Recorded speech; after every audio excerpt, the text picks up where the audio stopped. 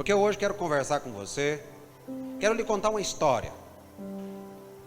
Mas eu preciso que você esteja atento naquilo que vou dizer. Talvez o que eu vou lhe dizer nessa noite, não o farei de modo tão empolgado, mas trago para você uma palavra de Deus para o seu coração. Escute o que eu quero lhe dizer nessa noite. Para balizar esta palavra, nós vamos ler alguns versículos que estão no livro de Juízes, no capítulo 7, a história de Gideão e a sua vitória indescritível. Do versículo 1 ao versículo 7, do capítulo 7, diz assim: Então Jerubaal, que é Gideão, se levantou de madrugada, e todo o povo que com ele havia, e se acamparam junto à fonte de Arode, de maneira que tinha o arraial dos midianitas para o norte, no vale, perto do outeiro de Moré. E disse o Senhor a Gideão: Muito é o povo que está contigo, para eu dar aos midianitas em sua mão, a fim de que Israel não se glorie contra mim, dizendo: A minha mão me livrou. Agora, pois, apregou aos ouvidos do povo, dizendo: Quem for medroso e tímido, volte, e retire-se apressadamente das montanhas de Gileade. Então voltaram do povo 22.000, e 10.000 ficaram. E disse o Senhor a Gideão: Ainda há muito povo, faze-os descer às águas, e ali os provarei. E será que daquele que eu te disser, este irá contigo, esse contigo irá. Porém, de todo aquele de que eu te disser, este não irá contigo, esse não irá. E fez descer o povo às águas. Então o Senhor disse a Gideão: Qualquer que lamber as águas com a sua língua, como as lambe o cão, esse porás à parte, como também a todo aquele que se abaixar de joelhos e a beber. E foi o número dos que lamberam, levando a água à boca, 300 homens. E todo o restante do povo se abaixou de joelhos a beber as águas. E disse o Senhor a Gideão: Com estes 300 homens que lamberam as águas, vos livrarei, e darei os midianitas na tua mão. Portanto, todos os demais se retirem, cada um de volta para casa. Pai, esta é a tua palavra. No nome de Jesus eu te peço. Fala-nos nessa noite, Senhor. Leva-nos para um nível de aprofundamento no nosso conhecimento e o entendimento da tua palavra.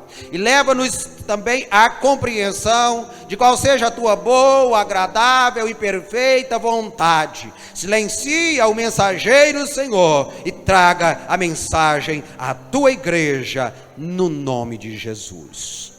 Amém.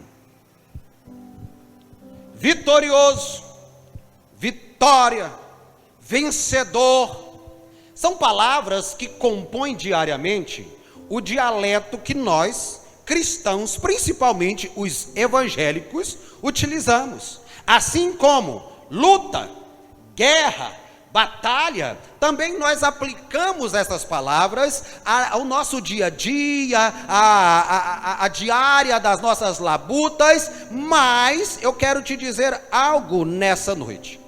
Bom seria se todos aqueles que enfrentam uma luta, uma batalha ou uma guerra pudessem ser declarados vitoriosos. Mas, infelizmente, todos nós sabemos que isso não é possível. Há uma minoria que sempre sai vencedora. Para nós entendermos isso, basta analisarmos o pódio. O pódio é posto apenas 3 lugares. Por que apenas 3 lugares? Porque a grande maioria não cumpre, meus irmãos, os requisitos necessários para vencer. E é por isso que poucos vencem. É por isso que poucos sobem no pódio. É por isso que, na verdade, que o pódio é para poucos. E na Bíblia existe um relato muito interessante e importante, cujo texto que acabamos de ler o compõe, acerca de como é que isso funciona. Uma grande multidão, mas apenas a minoria sai vencedora. Olha, a Bíblia diz, no capítulo anterior ao que lemos do livro dos Juízes, no capítulo 6, que havia na tribo de Manassés uma família muito pobre, e dessa família pobre havia o filho mais novo, chamado Gideão.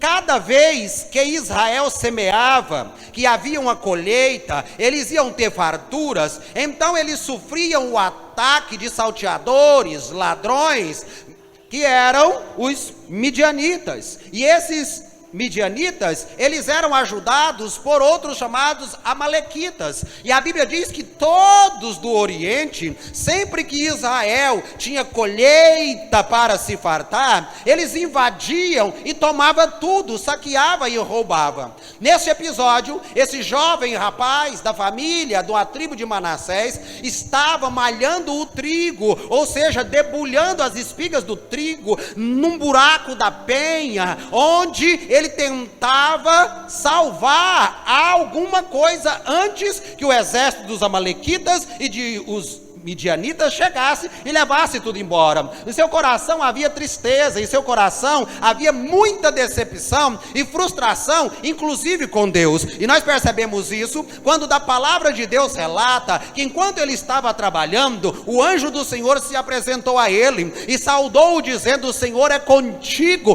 varão valoroso. A resposta que ele dá para o anjo do Senhor é: ah, meu Senhor, se Deus é conosco, por que é que nós estamos vivendo tal desgraça? Se o Senhor é conosco, por que é que isso está acontecendo comigo? Quantas vezes, irmãos, você e eu também nos pegamos aqui sentados na nossa reunião de culto ao Senhor, a palavra é liberada, o Senhor fala que está com você, o Senhor fala que tem vitória para você, mas em seu coração decepcionado e frustrado, você questiona dizendo: se o Senhor é comigo, por que é que eu adoeci? Se o Senhor é comigo, por que é que eu perdi o emprego?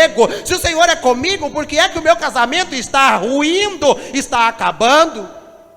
E ele ainda faz algo com o anjo do Senhor e diz: cadê todas aquelas histórias que os nossos pais nos contavam? Cadê aquele Deus que tirou os nossos ancestrais do Egito de forma tão gloriosa? Mas o anjo insiste, diz: o Senhor é contigo, e eu vim aqui para te dizer que a sua situação vai mudar. Parece que o Senhor te abandonou, mas não. É por isso que eu estou aqui hoje, para te dizer que vai mudar, e vai começar a mudança a partir de você, Gideão. Você mesmo levanta no seu lugar, se posiciona como um homem de Deus valoroso, lembrando de tudo que o Senhor já fez anteriormente. Ele é o mesmo ontem, hoje e será sempre eternamente. Levanta, porque através de você o Senhor dará vitória a ti, a sua família e a todo o povo de Israel. Mas ele, com muita dúvida no coração, ele diz: mas eu não sei não, se realmente o Senhor é comigo, me dá um sinal. Espere aqui até que eu vá em casa, prepare a minha oferta e volte. E o anjo disse: daqui não sairei. E ele corre em casa, diz a Bíblia, prepara um cabrito, prepara um caldo, traz farinha e traz, e chega lá, o anjo ainda está ali. E ele então coloca diante do anjo, diz: não, faz o seguinte, coloca a carne sobre a pedra, despeja aí os acessórios, né, os acompanhamentos, joga o caldo em cima. E assim Gideão fez, colocou a carne em cima da penha, jogou toda a comida ali, e o anjo tinha um cajado na mão, tocou a comida, subiu um fogo da pedra, queimou tudo aquilo ali, como resultado de que o Senhor recebera a sua oferta. Mas a Bíblia vai dizer que a partir dali algo aconteceu, e esses dias o Senhor tem tocado muito em mim, tem falado muito isso comigo. Algo aconteceu a partir dali. A Bíblia diz que a partir dali o Espírito de Deus encheu Gideão de modo esplendoroso. E a vida de Gideão então começa a mudar. Ele vai embora para casa de uma maneira diferente. À noite o Senhor novamente lhe fala. O Senhor comunica de novo com ele, diz: Gideão, derruba o poste ídolo, Gideão. Joga Baal no chão para a gente começar a nossa batalha de modo já limpo e mostrando a que viemos. Ele então obedece o Senhor, vai cortar lá o poste ídolo. E quando o povo vê, o povo diz: ah! Quem fez isso? Disseram: foi Gideão. Eles vão na casa de Gideão, fala para o pai de Gideão: ei, põe ele para fora para a gente matar ele. Põe ele para fora que a gente quer matar esse cara, ele vai morrer hoje. O pai de Gideão faz uma defesa ali, e a partir daqueles dias, eles chamam ele de Jerubaal, que seja Baal que acerte as contas com ele. Mas agora, Gideão começa a ficar mais animado. E a Bíblia diz que ele faz algo. Os midianitas, os amalequitas, munidos da guarnição do Oriente, cerca o povoado onde ele residia. Quando ele cerca o povoado, ao invés de sair correndo como antes, acovardado como antes ele fazia, de imediato esse membro outrora covarde da família mais fraca, da tribo de Manassés, ele faz algo diferente. A Bíblia diz que ele toca o rebate, ele pega um tambor e convoca todos os homens de guerra de Manassés. Diz: nós não vamos correr mais não, algo vai acontecer diferente aqui, nós vamos nos ajuntar à peleja. E agora ele sai e manda mensageiros, meus irmãos, para todos os lados, tanto da tribo de Manassés, de Azer, de Zebulon e de Naphtali. De repente, aquele jovem decepcionado e frustrado de outrora reúne consigo um exército expressivo de 32 mil homens, como que se dissesse: nós estamos prontos para defender o que é nosso. Eita, mas que coisa linda, que coisa extraordinária. Depois de duas confirmações que ele ainda pede ao Senhor, eu não tenho tempo aqui hoje, mas depois você lê aí, ele pede confirmação na lã, o orvalho, coisa que só o Senhor podia fazer, e ele então faz tudo isso. Depois dessas duas confirmações, Gideão estava pronto para avançar contra os inimigos. O outro lado da batalha, o exército inimigo, era apenas uma coalizão, dois exércitos reunidos, dois reis, alguns príncipes e 135 mil soldados acostumados a guerrear. Meus irmãos, quando tudo se prepara para uma batalha, Deus intervém. Deus intervém e fala para Gideão: Gideão, eita nós, hein? 32 mil homens você conseguiu animar? É muita gente. Eu não posso permitir que vocês saiam à batalha com esse tanto de gente. Não posso, porque senão Israel vai achar que venceu por seus próprios méritos, e essa batalha não pertence a vocês, essa batalha é minha. E para que Israel não se glorie dizendo: nosso braço nos salvou, eu quero fazer uma peneira seletiva. Então o Senhor diz algo. Olha o que está escrito no versículo 3 que nós já lemos. Juízes 7:3. Agora, pois, apregou aos ouvidos do povo, dizendo: quem for medroso e tímido, alguma tradução vai dizer covarde, volte e retire-se apressadamente das montanhas de Gileade. Então voltaram do povo 22 mil e 10 mil ficaram. Quando eu leio esse relato, meus irmãos, eu fico assim, ó, pense na equação assombrosa que era. Embora aqueles 32 mil homens estivessem ali, como que prontos para a batalha, mas se a gente fizer uma continha, a equação é terrível, porque de início são 135 mil soldados da coalizão contra 32 mil com Gideão, ou seja, cada soldado com Gideão precisava dar de pau em 4 do outro exército. Então, pela fé, isso não está registrado, é comigo mesmo, mas pela fé, eu fico vendo aqueles 32 mil homens fazendo conta. Rapaz, eu tenho que matar 4. Rapaz, eu tenho que me desvencilhar de 4. Rapaz, eu tenho que me defender de 4. Eu não consigo me defender nem da minha mulher. Agora tem 4 soldados de couraça, capacete, pau na mão, porrete, espada, escudo. E ele vem para me matar. Eu fico ouvindo, sabe o quê? O batido dos joelhos, como um chocalho de uma cascavel. Lá em cima da montanha, 22 mil homens tremendo nas pernas, com vontade de ir embora. Deus olha aquilo e diz: os covardes e os tímidos, os medrosos, puxa para casa. Quando a gente lê isso, fica parecendo que é algo inédito, né? Que era só para aquela situação, mas não. Havia na lei judaica uma dispensa especial para os soldados. Em 4 circunstâncias, o soldado podia pedir para ficar na reserva. Ele podia pedir dispensa. Nós vemos isso em Deuteronômio, no capítulo 20. A partir do versículo 4 diz assim, ó: pois o Senhor vosso Deus é quem vai convosco a pelejar contra os vossos inimigos para salvar-vos. Escute. Então os oficiais falarão ao povo dizendo: qual é o homem que edificou casa nova e ainda não a consagrou? Vá, torne-se para a sua casa, para que porventura não morra na peleja e algum outro a consagre. Podia pedir dispensa quem tinha acabado de construir uma casa. Ah, não vou poder. Até queria. Eu estou prontinho para matar, não é 4 não. Estou pronto para matar, é 8. Mas acabei de fazer uma casa e eu preciso consagrar ela primeiro. Não vai dar para ir. Segundo, qual é o homem que plantou uma vinha e ainda não a desfrutou? Vá e torne-se à sua casa, para que porventura não morra na peleja e algum outro a desfrute. Quem tivesse acabado de fazer uma vinha, tinha dispensa automática. Bastava apresentar os documentos da plantação e ele então não precisava ir para a guerra. Terceiro, qual é o homem que está desposado com alguma mulher e ainda não a recebeu?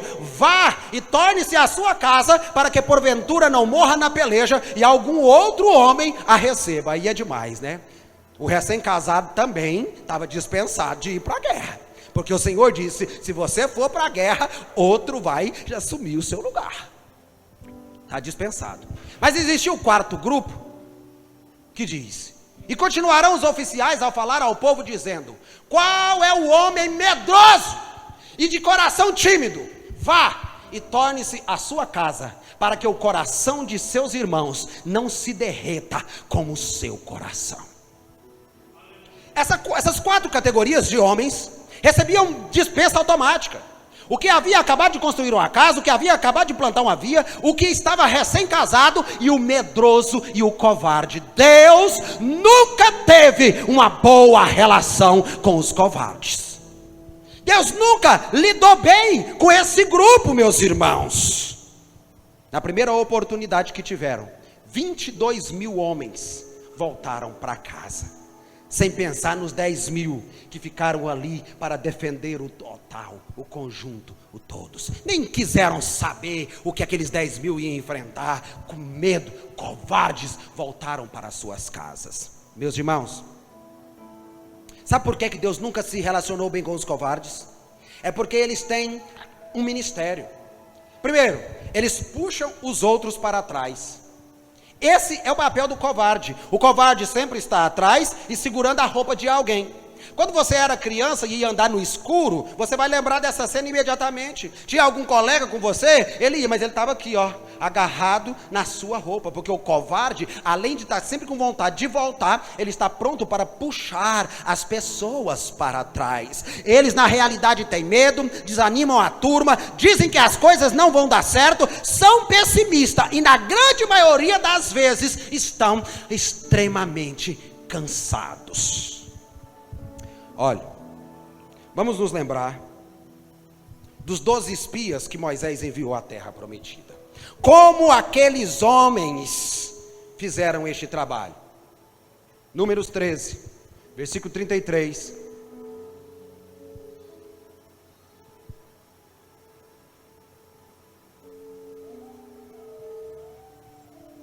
Está escrito assim. Conseguiu? Travou? Foi? Travou? Números 13:33.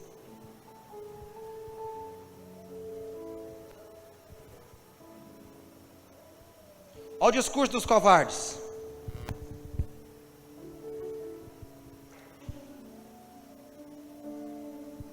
Treze, 33.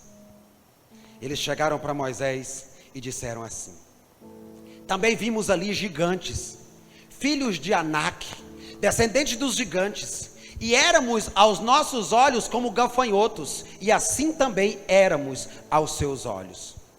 Eles vão espiar a terra que eles vão invadir, mas quando eles voltam, eles trazem frutos extraordinários, mas trazem também em seu coração a covardia, dizendo: os homens que moram ali naquela terra, eles são gigantes, descendentes de gigantes.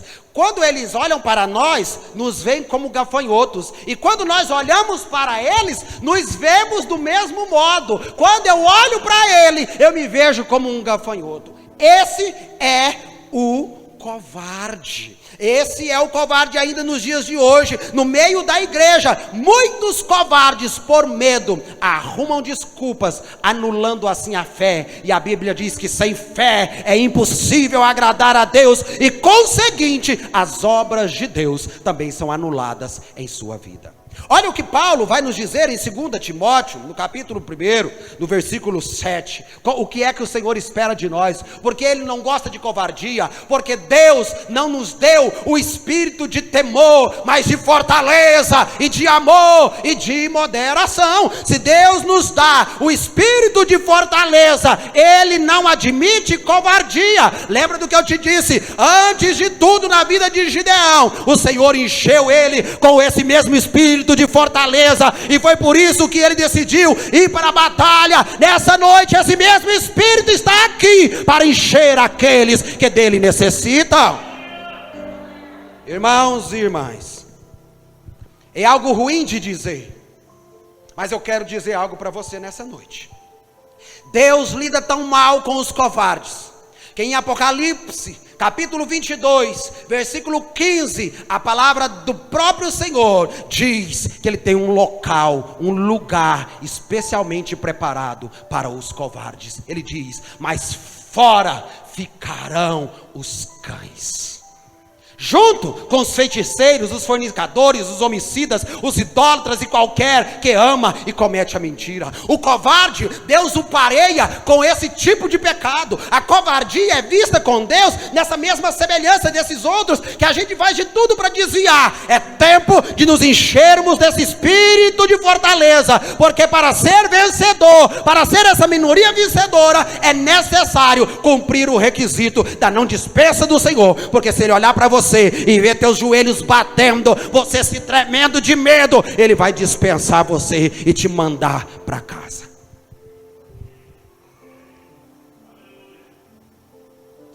Com o retorno desses 22 mil para casa, covardes, a situação que parecia bem difícil, ela piora bastante.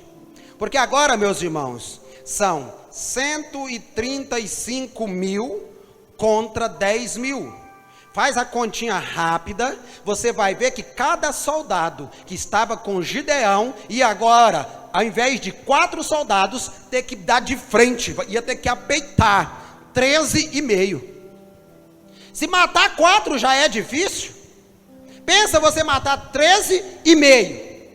A coisa ficou complicada, ficou pavoroso. Agora eles têm essa impossível missão de abater os homens.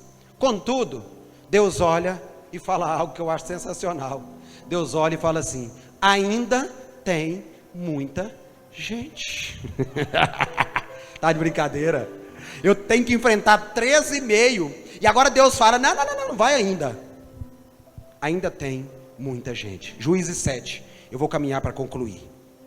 4-6 diz: e disse o Senhor a Gideão: ainda há muito povo, tem muita gente.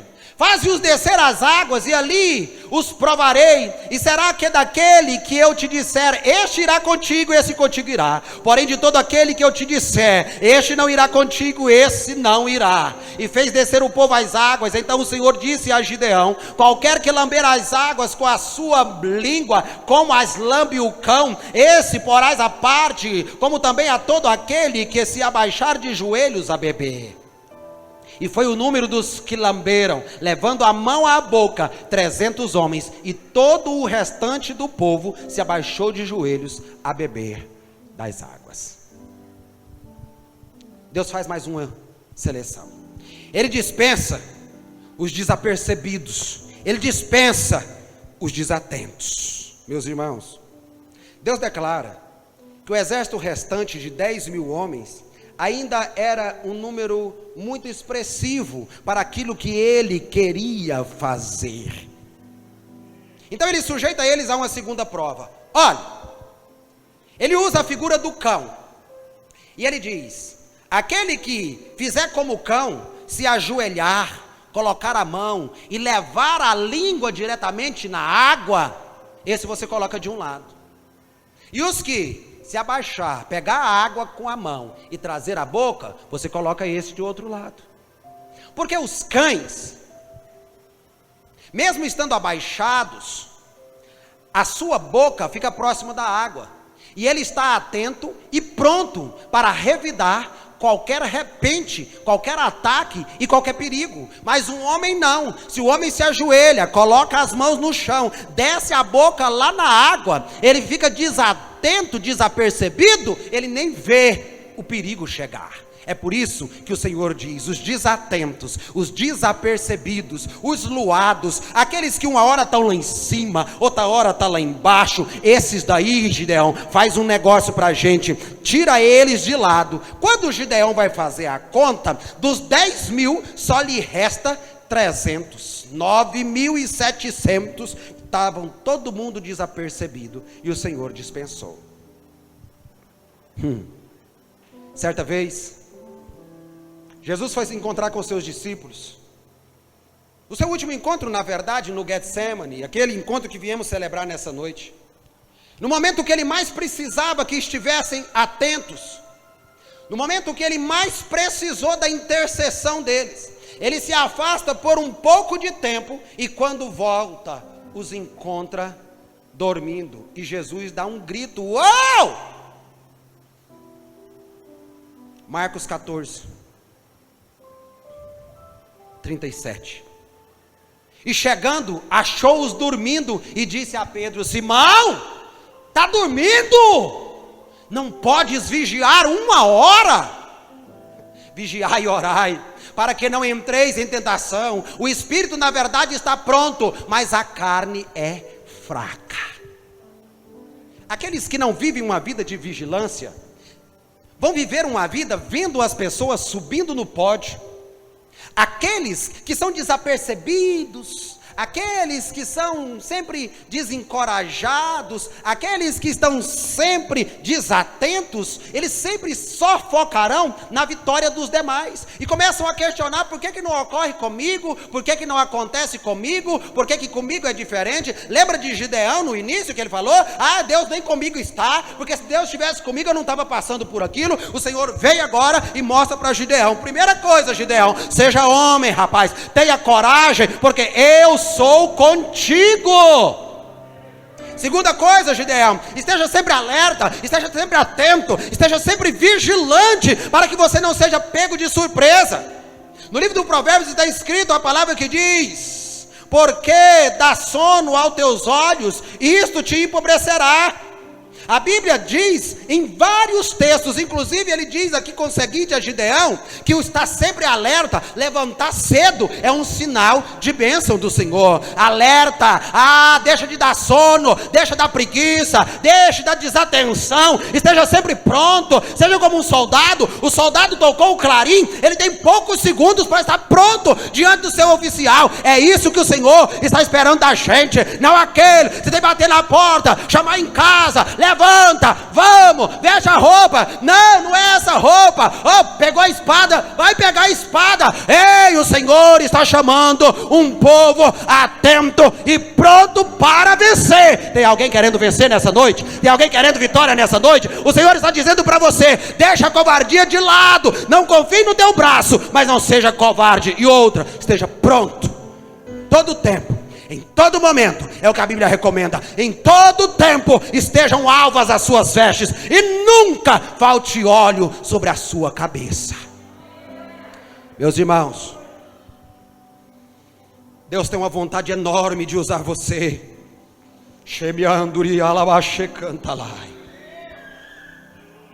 Deus tem uma vontade tremenda, grandiosa de usar você.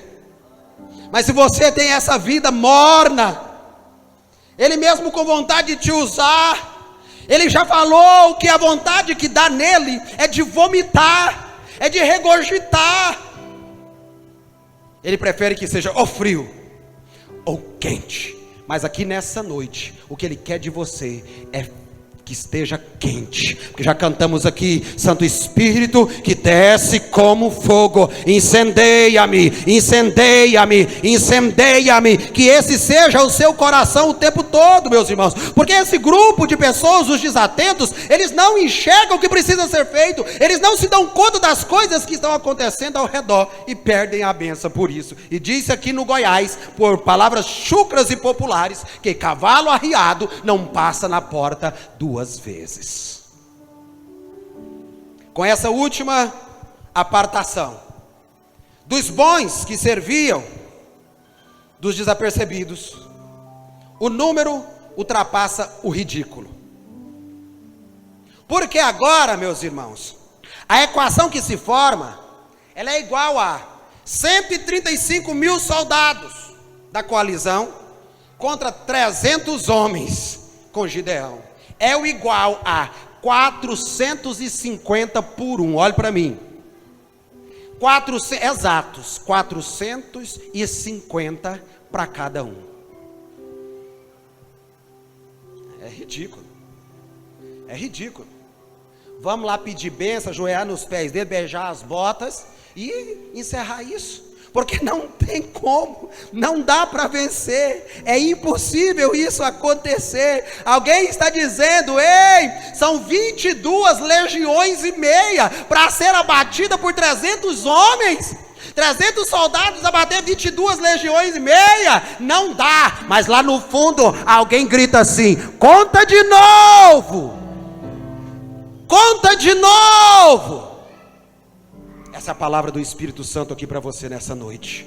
Você olha na sua guerra, você olha para o seu inimigo, quão numeroso, forte, resistente ele parece, e você diz: eu estou sozinho, eu não consigo vencer. E o Espírito te diz essa noite: conta de novo, dá uma olhadinha direito. Você está sozinho? Você está sozinha? Dá uma olhada espiritual, olhe com os olhos da palavra, com os olhos das promessas que você já recebeu, com tudo aquilo que o Senhor já disse para você. Conta de novo para ver. E o interessante, sabe o que é?